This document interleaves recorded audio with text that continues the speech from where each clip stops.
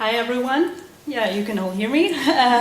Thank you so much for being here. I am very pleasantly surprised to see so many people here with the great speakers we have speaking at the same time as me. I was afraid that we would be like 2 people here, so I'm very happy that is not the case. My name is Lina Lind Christensen, and I am the Director of Corporate Relations in Anima and in Anima International, which is a merge between Anima and Orvat Kladki. Today I will talk about, as she just said in the introduction, how we have used the stories of rescued hens as a vital part of our cage-free campaign. And this campaign practically destroyed the Danish cage egg industry. As I hope to show in my presentation, rescuing individual animals is not necessarily just about rescuing a few animals, and that's it. Rescuing individual animals has the potential to help us win really big victories and to change the lives for thousands and even millions of other animals. Now, first I'd like to tell you a little bit about myself. As I mentioned, my name is Lina, and I am from Odense in Denmark. I have a background in philosophy, but for the last 5 years I have been working in Anima with our cage-free campaign, and now that we're moving on to boiler work, that is where most of my focus is. I am also in charge of our hen and chicken sanctuary, and I might as well admit this right away. I am a crazy chicken lady. And I wasn't always like this, so it's really something that can happen to anyone, and it might even happen to you. Just a warning. So I'll start by telling you how my rescue work began, because I think it nicely illustrates the point that I am trying to make here about the huge impact it can have on people to be faced with individual animals and to hear individual animals' stories. So I started rescuing animals several years ago when my husband and I moved into a house. And for the first time in our lives together, we had a garden. And almost like accidentally, I read about organizations on Facebook in other countries who rescue hens from cages and find new loving homes for them. And I thought to myself that that was an excellent idea to make a difference for some animals. And now that we had the space in our garden, why not use it to help some hens? But it turned out that there wasn't any such organizations in Denmark who rescued hens like that. So I decided to do it myself.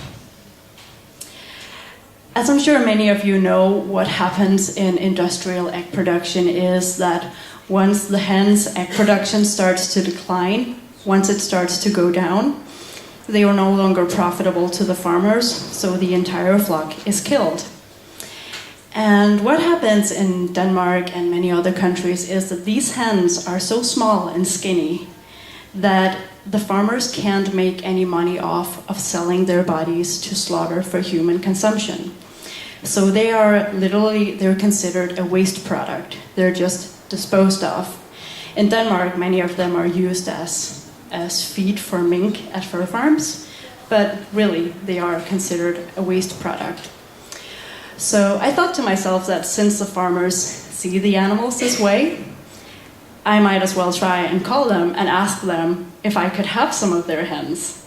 I had nothing to lose, so I made a list of farmers in Denmark who had hens, and I called them one by one.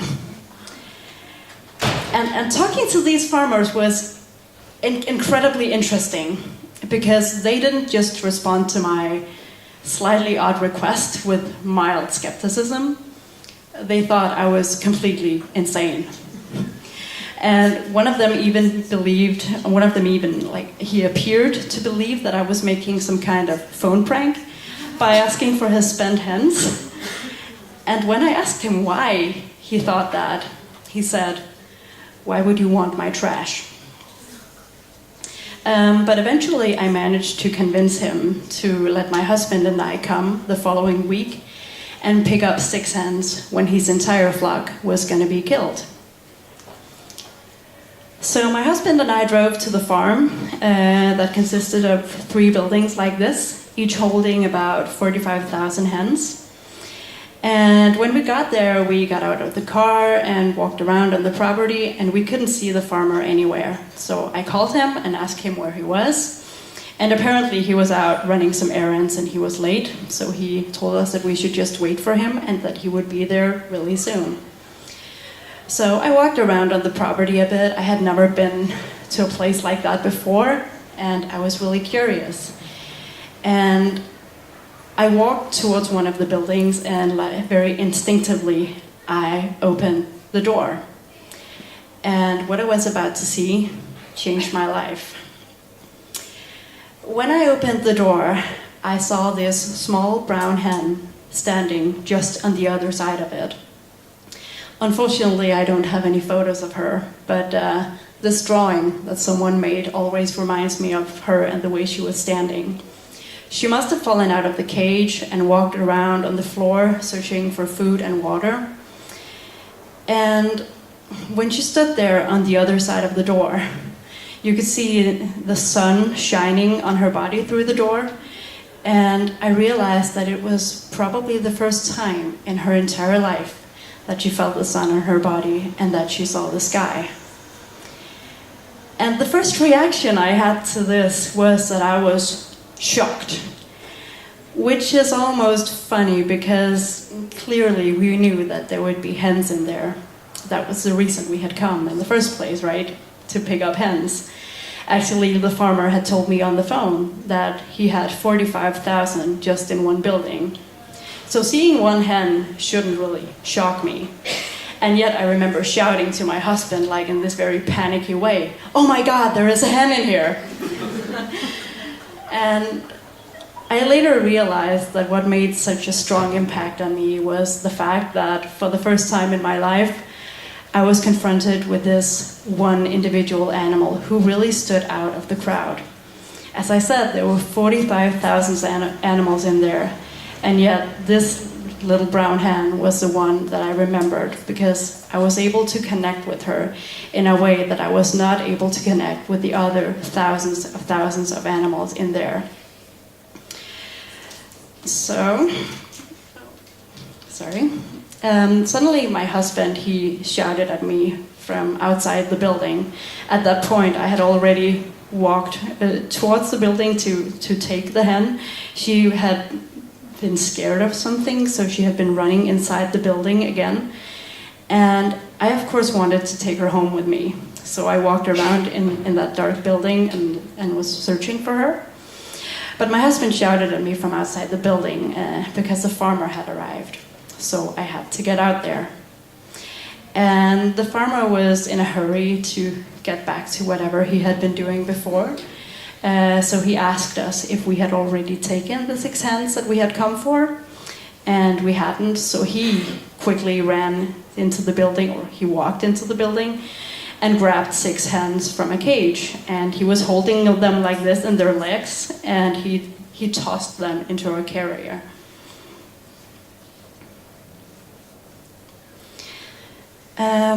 So my husband and I, we returned home with these 6 rescued hens, but without the little brown hen that changed my life.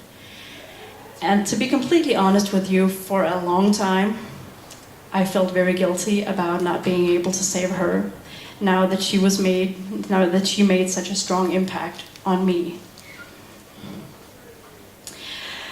Now, to be completely honest, when we rescued those first 6 hens, we had no idea that they would be part of a big cage-free campaign. At that point, I rescued them because I wanted to make a difference for 6 hens, and that is, of course, a good thing. But ultimately, it doesn't change the industry if there is no advocacy element to it. But by rescuing these 6 hens, that is exactly what I realized. I realized that by telling the stories of these animals, the hens themselves could be used as powerful tools against the very industry that they were coming from. Now I'm going to change the subject a little bit and talk about corporate outreach, because corporate outreach is a very effective way of creating change for animals, and it was also something that we wanted to incorporate in Anima's cage-free campaign. And corporate outreach basically means that you contact a company and ask them to do something, like introducing more plant-based options or going cage-free. And by getting these corporate policies, you're able to achieve huge results for animals, because you're able to affect many more animals by a corporate policy than through your choices as an individual consumer. Of course, it doesn't mean that we should feel powerless as individual consumers, but it just means that if we can get a company to do something, like going cage-free, we can achieve results for animals very quickly on a large scale. So what we needed to do in Denmark was, of course, to make individual consumers stop buying cage eggs. But even more importantly, we wanted the consumers to want the companies to go cage-free, so that if the companies did not go cage-free, they would find themselves in a situation where they would fear a campaign and a consumer boycott. And companies don't like that. So in order to get to that point, we needed some leverage. We needed to make the consumers in Denmark care about hens. So how did that work exactly? What we did was that when I came home with these rescued hens, I documented their condition. This was very important because at that point we didn't really have any photo material of caged hens in Denmark. And the Danes, like people in many other countries, they tend to believe that whatever goes on in their own country is better than whatever goes on in other countries. So many Danes truly believed that hens in Denmark didn't really suffer. But by documenting the hen's condition, we were able to prove that Danish hens do in fact suffer. You don't have to be an expert to see that the way Rosa here looked when she got out of the cage, that's clearly a hen who has had a very rough life and who hasn't been thriving in the cage. And then I started to update people about the hens' lives. I told these very basic, simple stories about what the hens were up to, like today Rosa took her first dust bath, or today Petra the hen ate corn from my hand for the first time. These very basic things that made people feel that they were taking part of the hens' lives, even though they were just following them through Facebook. And it turned out that following the lives of these 6 hens was extremely powerful. It made people connect so much more than by being presented with numbers and statistics about the production or photos like this.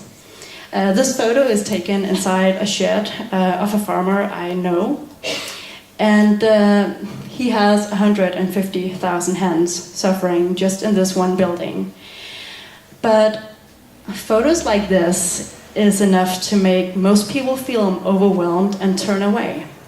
I think in a way it makes a lot of sense. It's a kind of defense mechanism.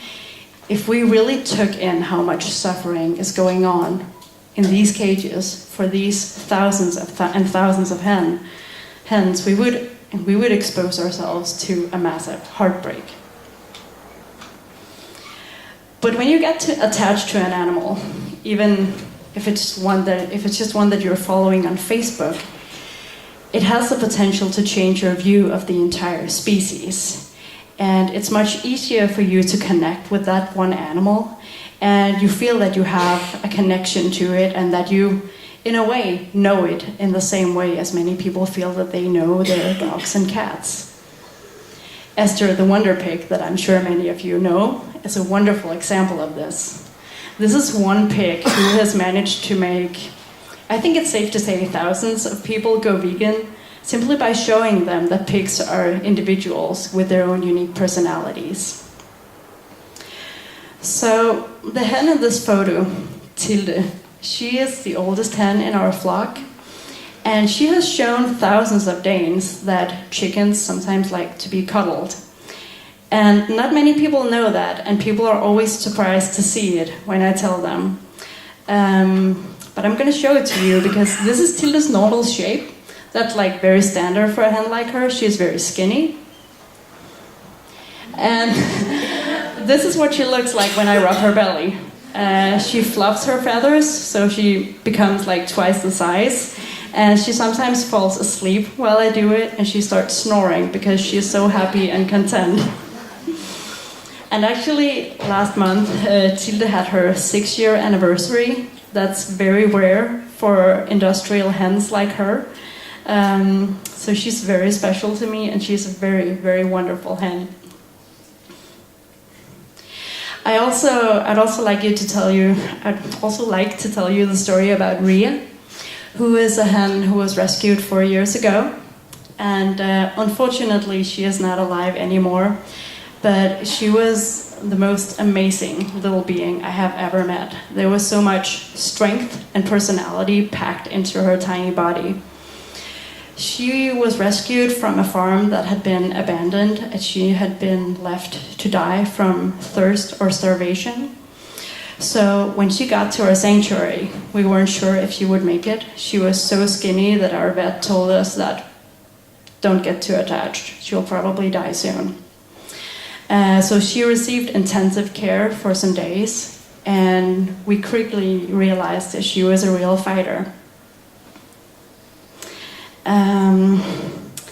After these several days of intensive care, we wanted to introduce her to the rest of the flock. So I took her outside, and she immediately walked into a bush where she spent several hours. And I thought to myself that she was probably scared of the other hens. It wouldn't be very surprising after what she has been through, that this overwhelming experience of suddenly finding herself at an entirely new place would be really scary. But it turned out that I was completely wrong. She was not afraid. She was actually strategizing. Because I'm sure most of you know that hens, they have this hierarchy, the pecking order, where they have some leaders, and this hierarchy really helps them make their day go as smoothly as possible. They always know who's going to eat first and who's going to sleep at the best spots and so on. So what Ria did under that bush was that she spent her time identifying who the 3 leaders in the flock were. And after she had identified the 3 leaders, she walked directly up to them, and she gave each of them like a peck in the comb and stared at them in this very, very aggressive way, like this, like an evil genius. And from that moment on, Ria became the flock leader. And I want to emphasize that she wasn't an aggressive hen. She never pecked any of her flockmates ever again.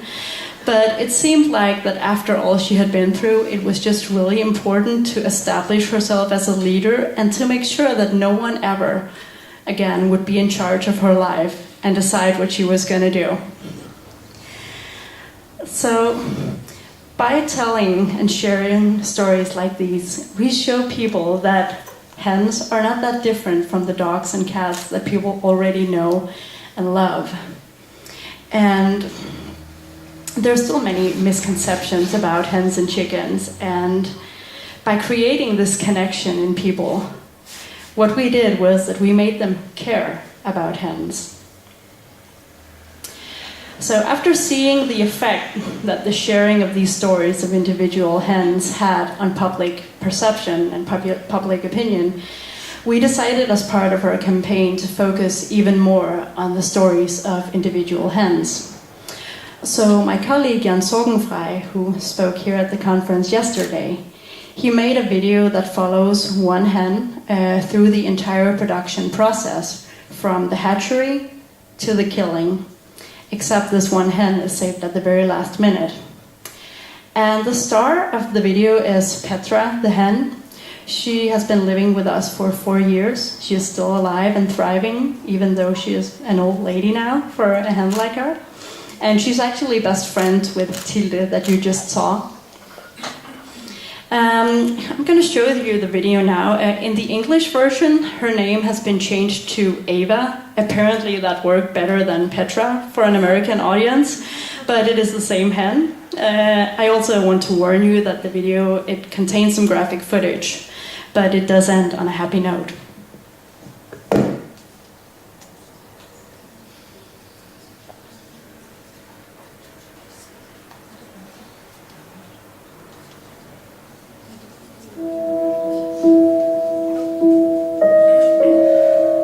This is Ava.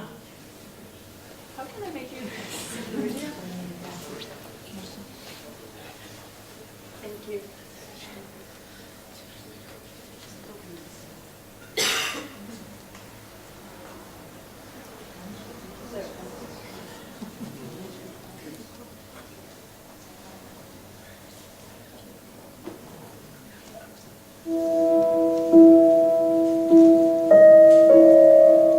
This is Ava. She's an egg-laying hen. You meet her at a dire moment in her life.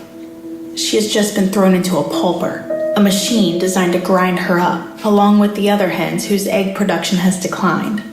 So here she is, with her legs in the machine. But let's start at the beginning. This is Ava's first memory, the noise of machines and the feeling of being jostled inside an egg. Here she is, as a newly hatched baby chick, surrounded by noise and chaos. She chirps for her mother and tries to make herself heard atop 1,000 other little calling voices. But their voices go unheard too. Suddenly, she is pulled onto an assembly line, and everything speeds up. There are hands everywhere, grabbing and tossing the chicks. Ava and the other female chicks are destined to lay eggs when they mature, so they are allowed to live. But their brothers are all thrown into the machine in the middle and disappear.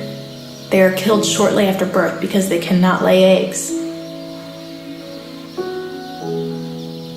Eventually, Ava and the other chicks are thrown into new boxes and then rolled onto a big truck.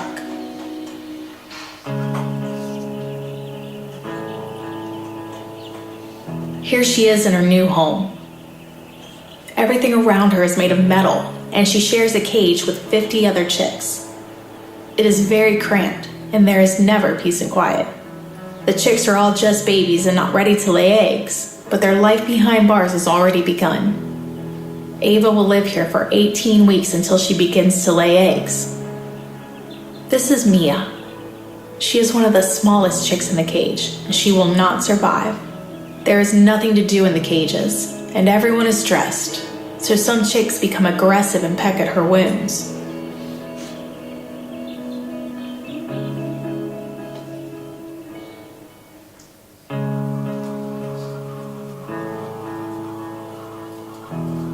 This is Ava at 9 months old. One morning, when she had begun to lay eggs, she was pulled out of her old cage and moved into this one. There are 8 hens in this cage now, but it is still so tight and cramped that they cannot even stretch their wings. The shed is completely closed off, so they never see the sun or feel fresh air. It is as if they live inside a giant machine. Food is transported inside on one conveyor belt, and the eggs are carried out on another. Every day, the workers pull dead bodies out of the cages. They are thrown in heaps at the front of the shed, as if they were garbage. That is all there is to tell about the life of Ava and the other hens. Life as an egg-laying hen. So here she is, spent, thrown away. This is the first time she sees the sun, feels the warm summer breeze, breathes the fresh air, and this is where she says goodbye. If this had been any other day, Ava's story would have ended here. But on this particular day, right at this spot, right at this moment, I reached out my hands and pulled Ava out of the machine.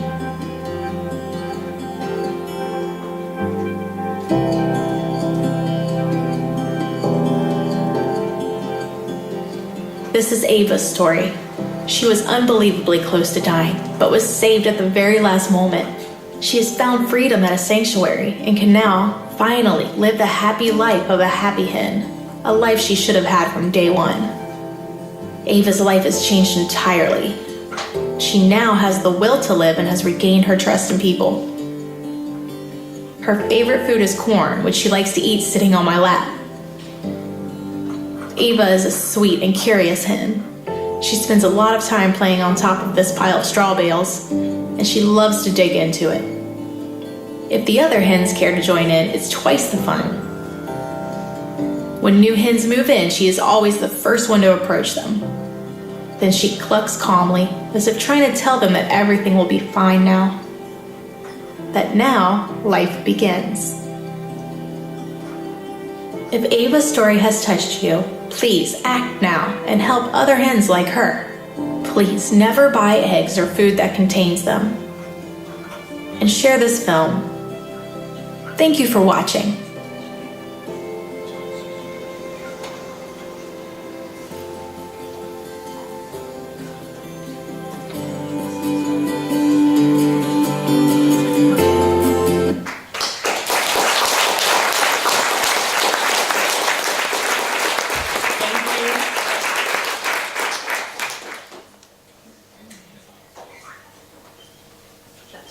Thank you.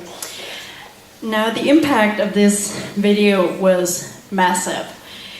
It sparked a huge public debate about the welfare or lack thereof of hens in cages and hens in general in Denmark. And it has since been translated into, I think it's about 15 languages. It may even be more, including an Indian version and a Korean version. So Petra is actually a very famous hen now. The increased awareness in the public that gave us the leverage, I'm just going to change hand, that gave us the leverage we needed when talking to companies. It made it possible for us to make all the Danish supermarkets and all major food producers introduce cage-free policies. And you can see the huge change that has happened in the Danish industry, in the Danish egg industry. Just over the last 4 years, we have seen a significant decrease in cage eggs. And the number continues to decrease as all the cage-free policies are being implemented. So I think that Petra and her story is a really good example of the power of the stories of individual animals. And I think it has a lot of potential also in relation to other campaigns. For instance, in relating to broiler chickens that more and more organizations are starting to focus on. In this photo, you can see my husband, Stefan, and Victoria, the rescued broiler chicken, who moved in with us half a year ago. She has a really amazing story. She managed to escape a slaughter truck, and she survived in the freezing cold for several days with no food and water, all by herself, before she came to our place.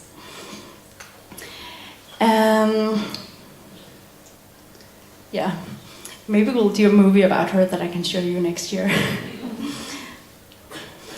So I will be very happy to share do's and don'ts with you or with anyone considering doing similar work.